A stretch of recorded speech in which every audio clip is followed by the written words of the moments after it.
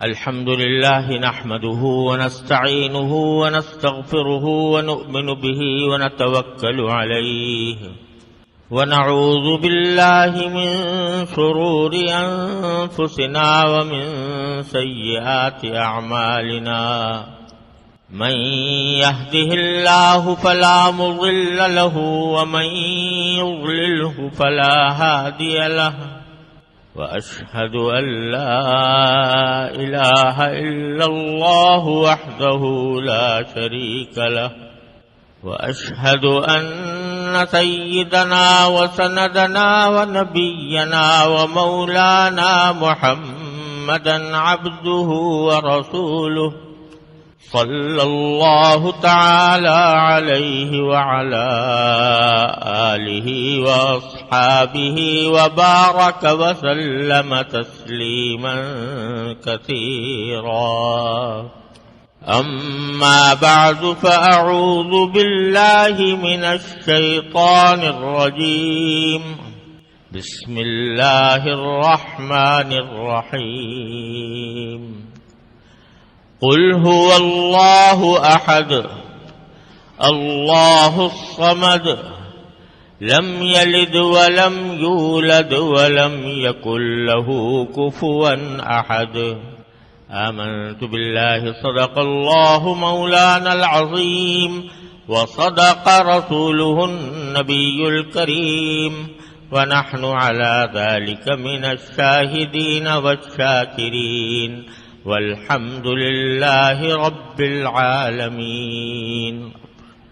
بزرگان محترم اور برادران عزیز، جو سورت میں نے ابھی آپ کے سامنے تلاوت کی ہے یہ سورہ اخلاص کہلاتی ہے، اور سورہ اخلاص اس لیے کہلاتی ہے کہ اخلاص کے معنی ہے کسی چیز کو خالص کرنا۔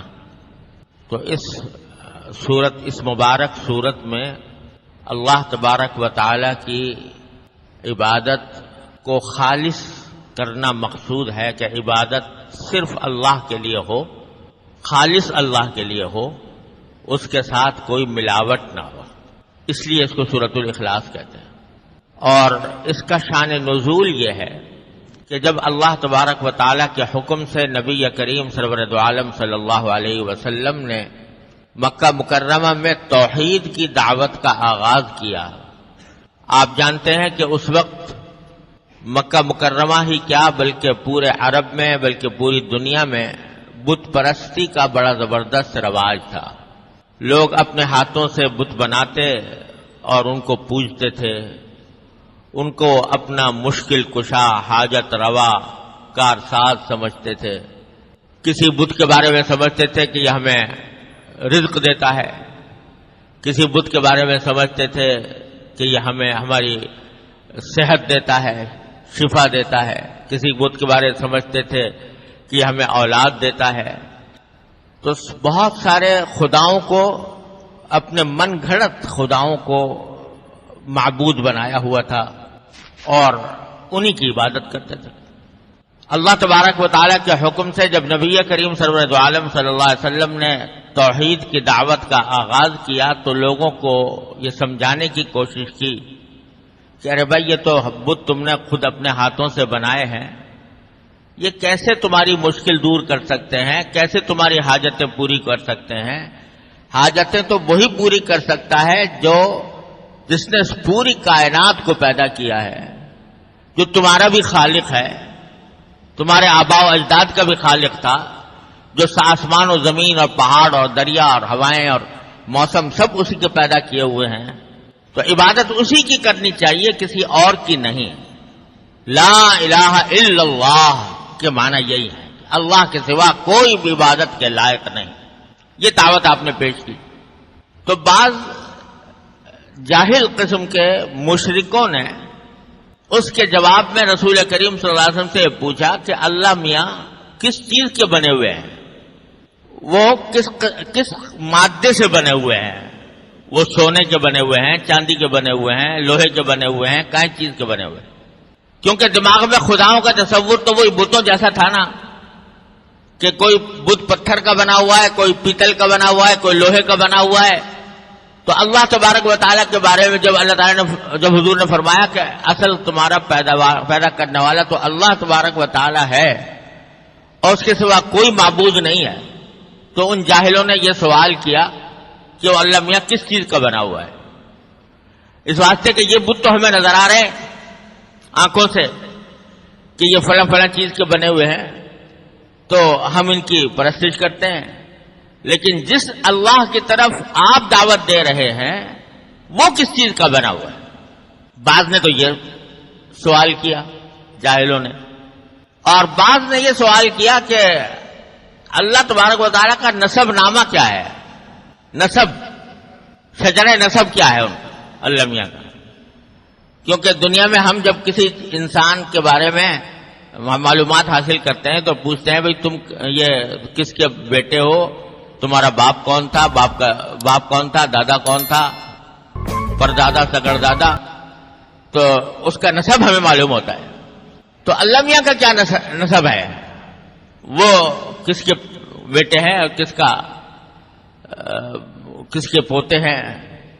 تو اس طرح کے فضول جاہلانہ سوالات کیے، حالانکہ ذرا سی بھی عقل ہو تو آدمی سوچ لے کہ اگر اللہ میاں بھی یہ پیتل اور لوہے اور یہ سونے سے بنے ہوئے ہوں تو اس کا مطلب یہ کہ وہ خدا تو نہ ہوئے۔ خدا تو وہ ہوتا ہے کہ جو کسی چیز سے بنا کا محتاج نہیں ہوتا، سب اس کے محتاج ہوتے ہیں، کوئی اس کا محتاج نہیں ہوتا۔ تو اگر سونے کے بنے ہوئے ہوتے تو اس کا مطلب ہے کہ سونا پہلے وجود میں آیا اور اللہ میاں بعد میں وجود میں آئے، اور سونے کو کسی نے ڈھال کے معاذ اللہ تعالیٰ کی شکل میں بنا دیا تو اللہ تعالیٰ وجود میں آ گئے۔ یہ معمولی سی سمجھ والا آدمی بھی سمجھ سکتا تھا، لیکن ایسے ہی فضول سوالات ان لوگوں نے کیے، تو اس پر یہ سورہ اخلاص نازل ہوئی، جس میں بڑے ہی عجیب انداز میں اللہ تبارک و تعالیٰ کی صفات بیان فرمائی گئی، اور سورت ایسی ہے نازل ہوئی کہ ایک حدیث میں آتا ہے کہ نبی کریم سرور عالم صلی اللہ علیہ وسلم نے ایک مرتبہ صحابہ کرام سے فرمایا کہ تم لوگ ذرا سب جمع ہو جاؤ تو میں تمہارے سامنے 1/3 قرآن کی تلاوت کروں گا، 1/3 قرآن کی۔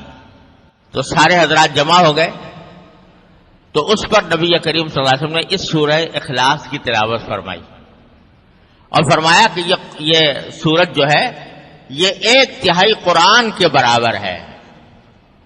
اس لیے اس سے فقہاء کرام نے یہ مستنبط کیا کہ اگر کوئی شخص سورہ اخلاص کی تلاوت کر لے تو اتنا ثواب ہے جتنا 1/3 قرآن کی تلاوت کرنے کا ثواب ہوتا ہے، اور اس کا مطلب یہ ہوا کہ 3 مرتبہ اگر سورہ اخلاص کی تلاوت کر لے تو گویا پورے قرآن کی تلاوت کر لی۔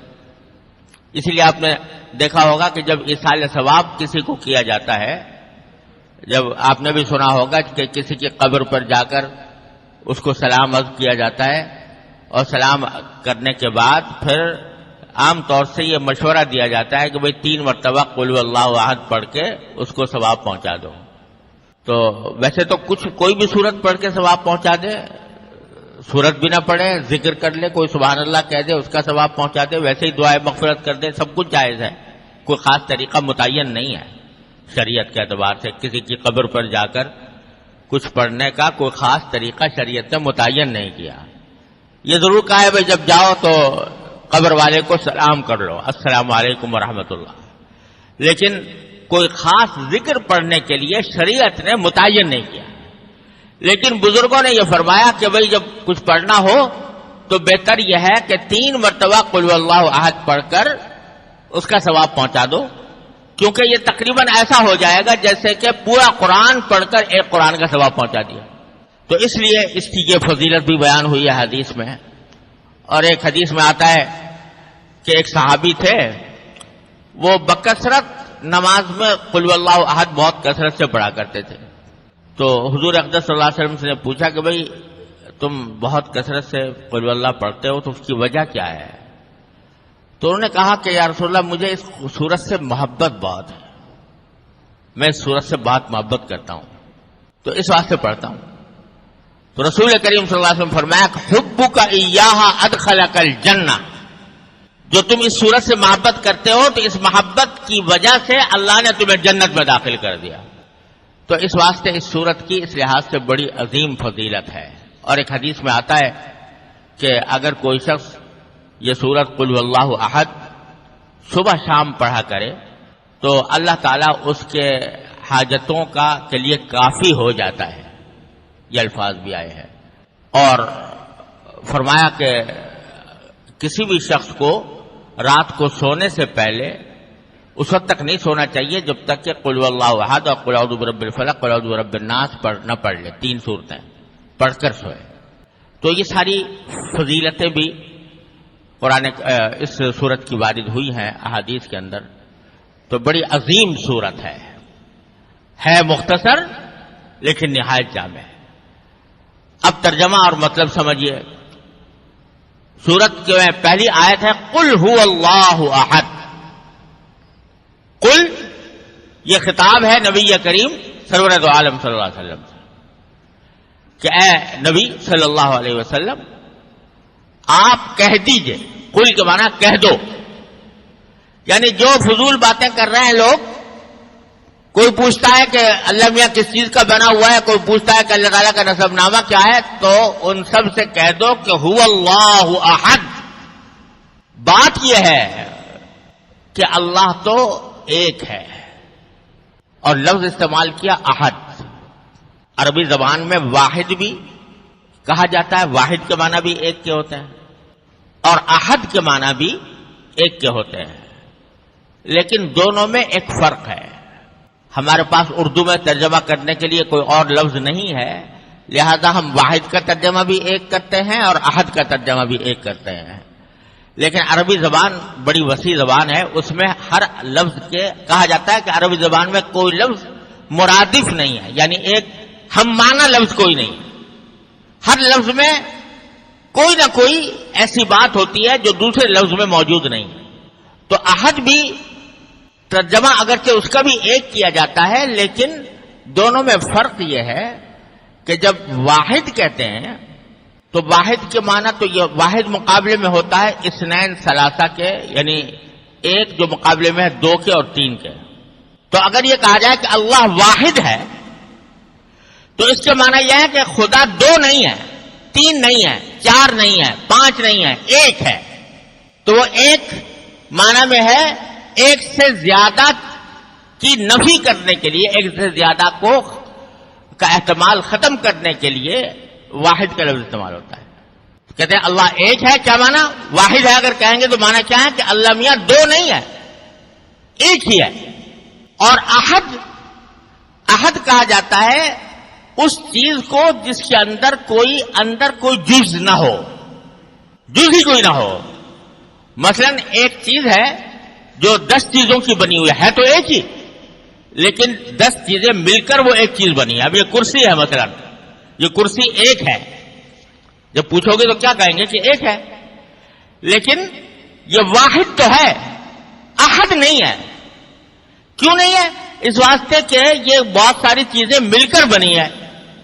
لکڑی، پائے کی لکڑی الگ ہے، ہتھے کی لکڑی الگ ہے، پیچھے پشت کی لکڑی الگ ہے، اس میں وہ بھی لگا ہوا ہے، گدا بھی لگا ہوا ہے، اس میں کیلیں بھی لگی ہوئی ہے. تو یہ ہے تو واحد لیکن احد نہیں ہے، اس واسطے کہ اس کے بہت سارے اجزاء ہیں اور بہت سارے اجزاء سے مل کر یہ ایک کرسی بنی ہے. تو جب اردو میں ہم کہیں گے تو ایک ہی کہیں گے نا، لیکن عربی زبان میں ہم اس کو واحد تو کہہ سکتے ہیں لیکن احد نہیں کہہ سکتے. احد اس لیے نہیں کہہ سکتے کہ اس کے بہت سارے اجزاء ہیں. احد اس کو کہیں گے جس کا کوئی جز ہی نہیں سرے سے، وہ کسی چیز سے مل کر نہیں بنا، اس کے کوئی اجزائے ترکیبی نہیں ہے، اس کے کوئی انگریڈینٹس نہیں ہے، اس کے کوئی عناصر نہیں ہے جس سے مل کر وہ بنا ہو.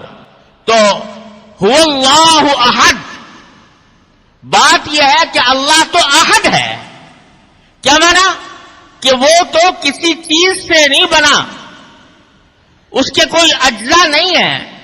یہ جو تم کہہ رہے ہو کہ سونے سے بنا ہوا ہے یا لوہے سے یا پیتل سے یا کس چیز سے، تو اس کا کوئی جز نہیں، اس کا کوئی مادہ نہیں. وہ تو ایک ایسی ذات ہے جو سارے مادوں کی خالق ہے. سارے کائنات میں ایک ایک چیز جو پائی جاتی ہے، چھوٹی ہو یا بڑی، وہ اللہ تبارک و تعالیٰ کی پیدا کی ہوئی ہے. لہذا اللہ احد ہے، اس کا کوئی جز نہیں، وہ کسی چیز سے مرکب نہیں.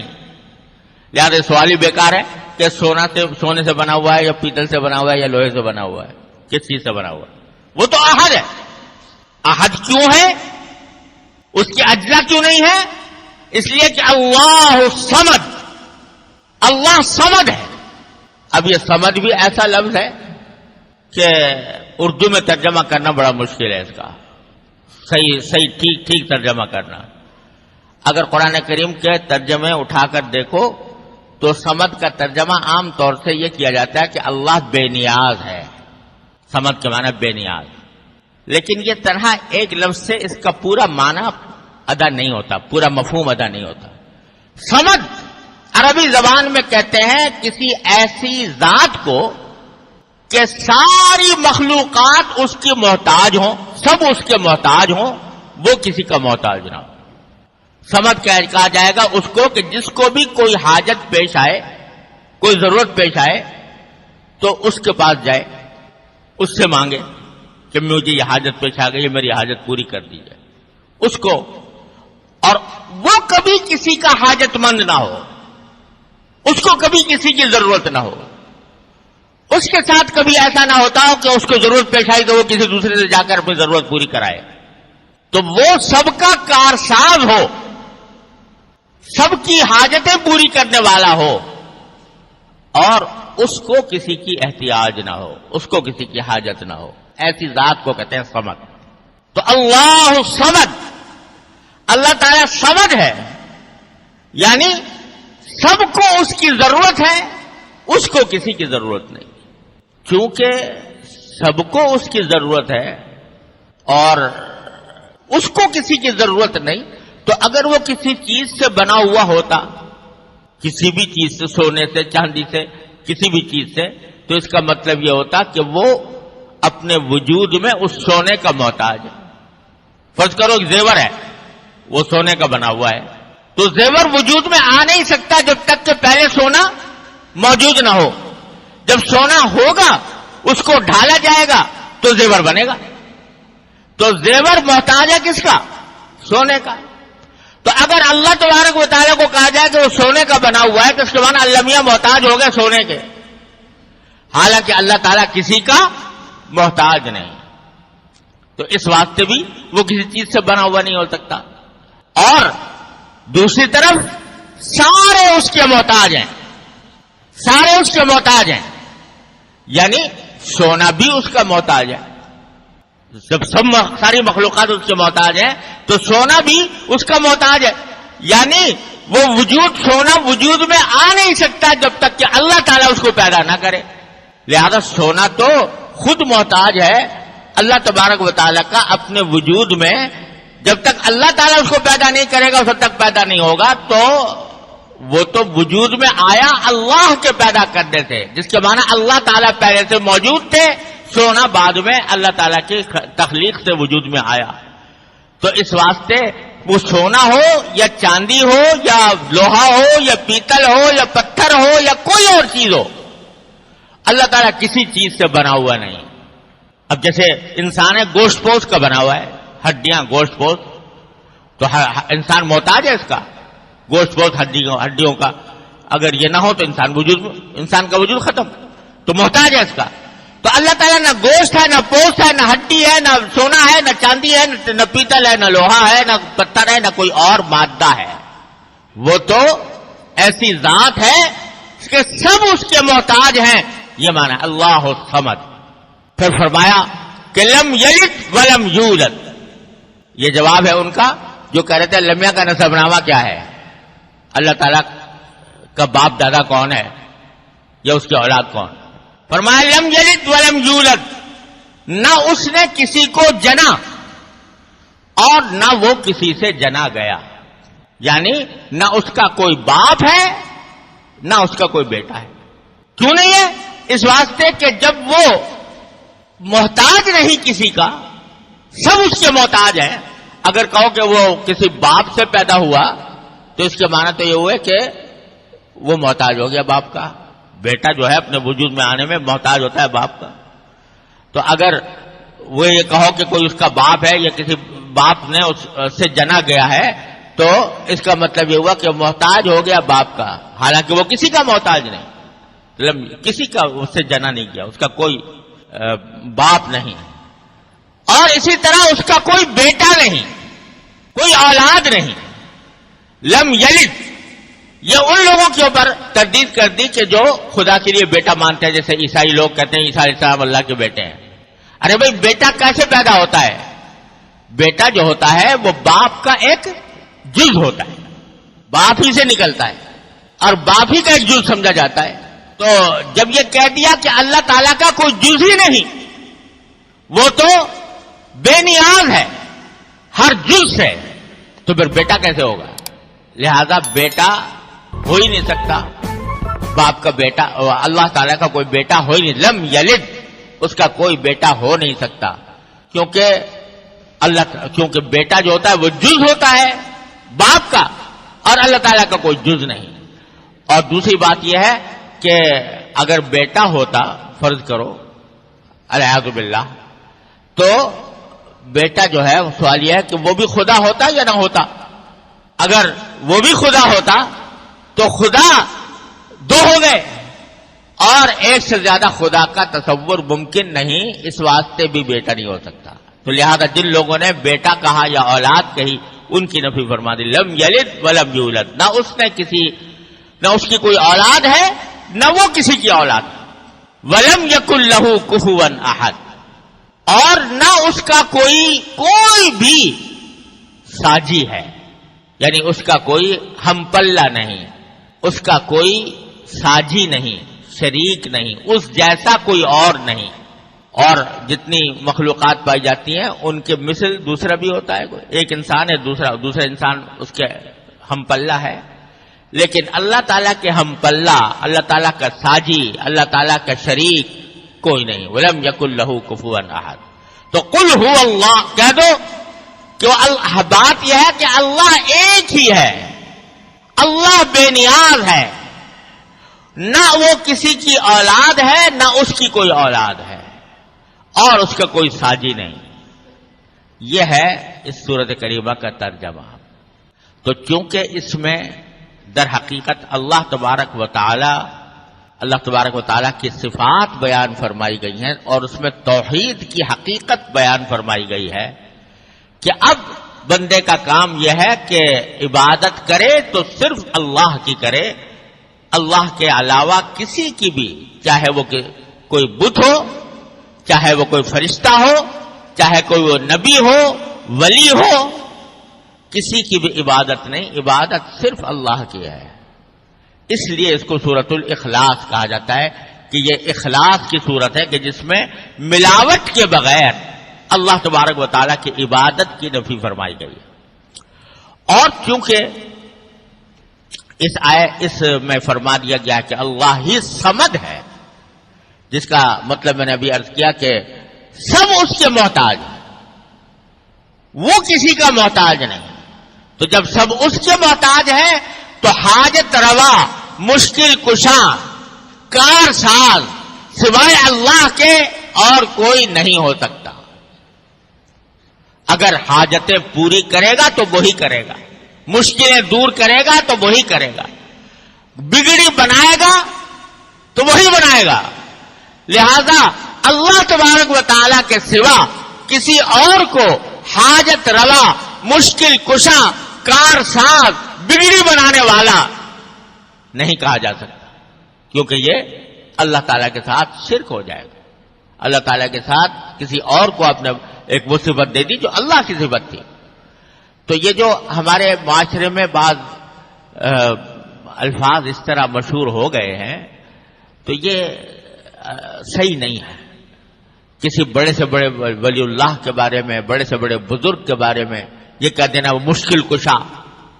ہمارے یہاں بہت معاشرے میں مشہور ہے حضرت علی کے بارے میں، علی مشکل کشا. تو اللہ بچائے یہ الفاظ موہم ہیں شرک کے. مشکل کشا تو اللہ تعالیٰ ہے. ہاں اللہ تبارک و تعالیٰ نے سبب کے درجے میں بعض اوقات اسباب بھی اللہ تعالیٰ کے پیدا کیے ہوئے ہیں. کوئی شخص کسی پریشانی میں تھا، آپ نے اس کی کوئی مدد کر دی، تو وہ مدد بھی در حقیقت اللہ کی توفیق سے کی. اللہ تبارک و تعالیٰ ہی کی توفیق شامل حال تھی جس کی وجہ سے وہ مدد ہو گئی، ورنہ بندے کے بس میں نہیں تھا کہ وہ کسی کی بھی مدد کر سکے. تو اس واسطے اس کو یہ نہیں کہہ سکتے کہ آپ اس کے مشکل کشا بن گئے، آپ اس کے حاجت روا بن گئے.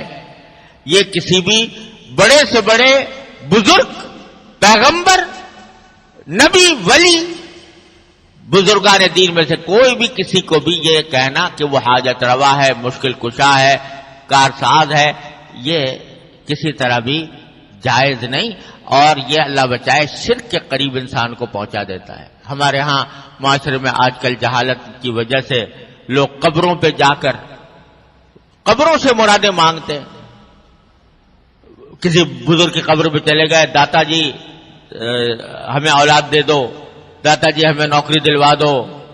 یہ مانگنا کسی اللہ کے سوا کسی اور سے مانگنا اس طرح یہ بالکل حرام ہے اور اللہ بچائے اس میں شرک کا اندیشہ ہے.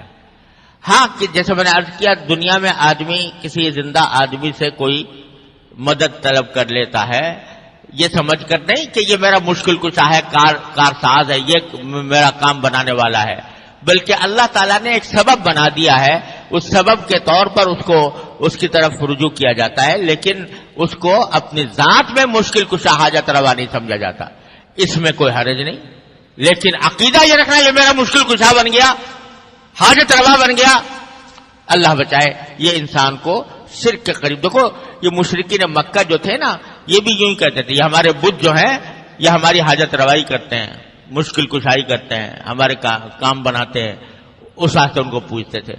تو اس طرح کی باتوں سے ہر مسلمان کو پرہیز کرنا چاہیے، کیونکہ سورہ اخلاص کا درس یہ ہے کہ اللہ کے سوا کسی کو حاجت روا مشکل کشا نہ سمجھا جائے.